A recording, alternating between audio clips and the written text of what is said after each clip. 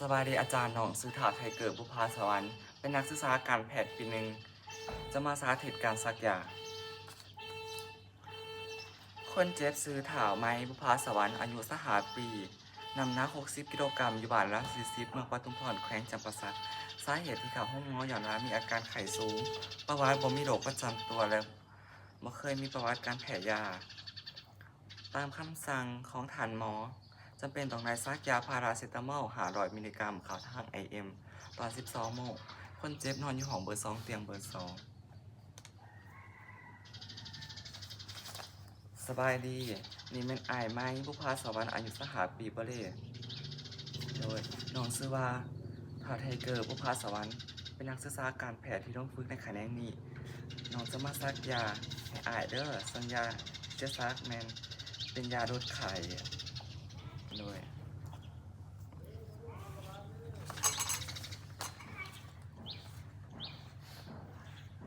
กวดเบิ่งซื้อยาให้ตรงกับเอกสารในขนาดของยาและวันหมดอายุและปริมาณที่จะให้คำนวณยา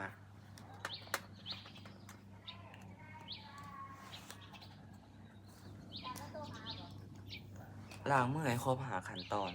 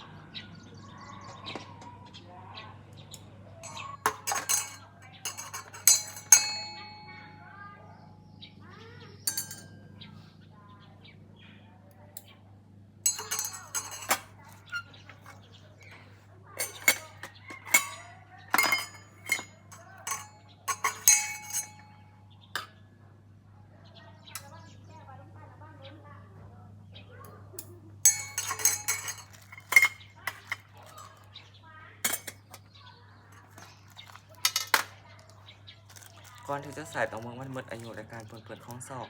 ว่าซองเปลี่ยนสีหรือบอปนเปื้อนหรือบ่ถามว่าซองเปลี่ยนสีหรือว่าปนเปื้อนต้องเปลี่ยนใหม่เบิ่งวันหมดอายุในการปนเปื้อนของซอกได้กวดเบิ่งยาอีกทีหนึ่งให้ตรงกับเอกสาร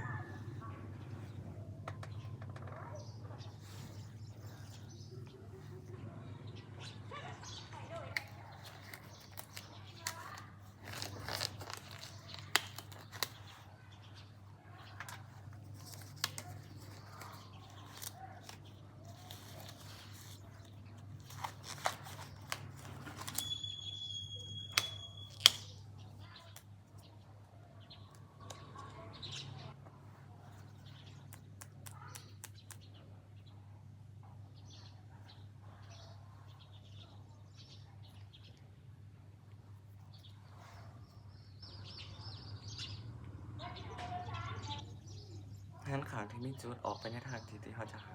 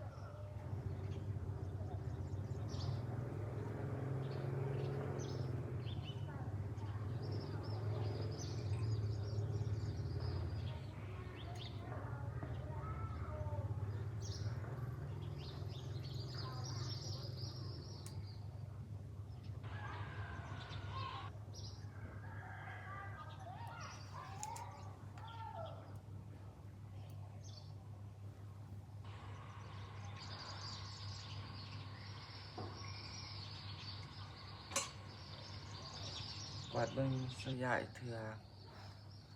ก่อนที่จะถิ่ม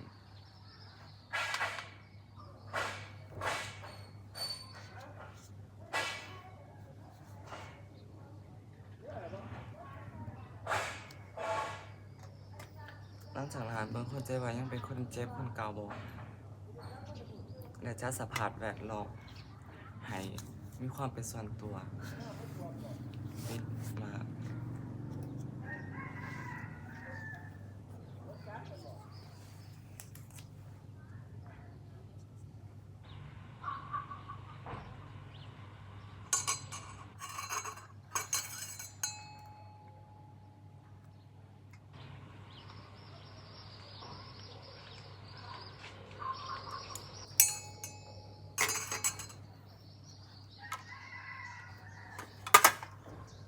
ขออนุญาตเด้ออ้ายเปิดสปอร์ตจุดที่เขาจะซักสุดจุดที่เขาจะซักแมนอยู่1/4 ล้านเทิงของการสีกระโพกจากการที่แบ่งการสีกระโพกออกเป็น4ส่วนใส่สำลีเปียกแอลกอฮอล์เสร็จ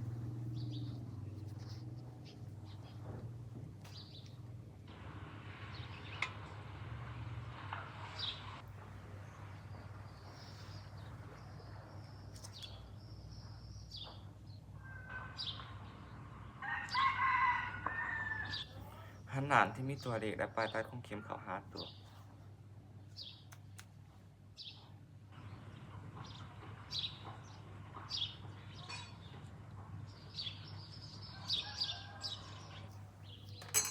ยาพี่ของคนเจ็บให้เข็ม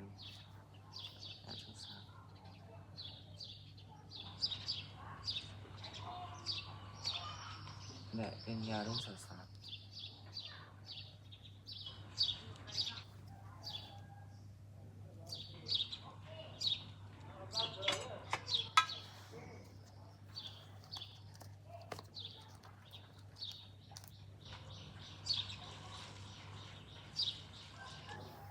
โดยหลังจากนี้ให้อายพักพรซ้ำหาหน้าที่แหละจะคอยดูแล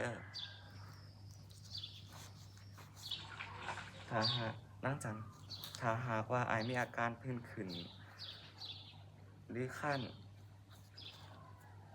พื้นขึ้นและขั้นแน่นหนาให้อายกดปุ่มเอิ้นพยาบาลได้ติดตามอาการคนเจ็บอย่างหน่อย15 นาทีเมียนอุปกรณ์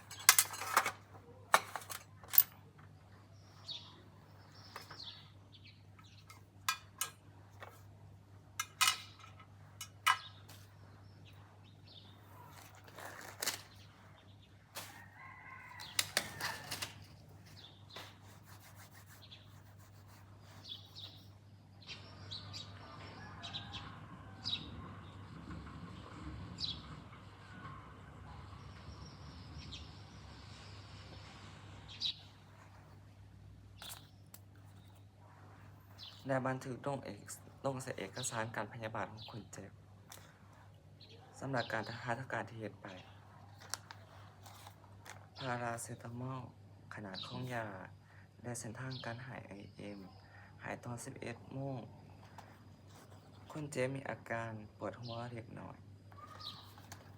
หลังจากซักสำหรับการสาธิตการซักยาของน้องก็จบเพียงเท่านี้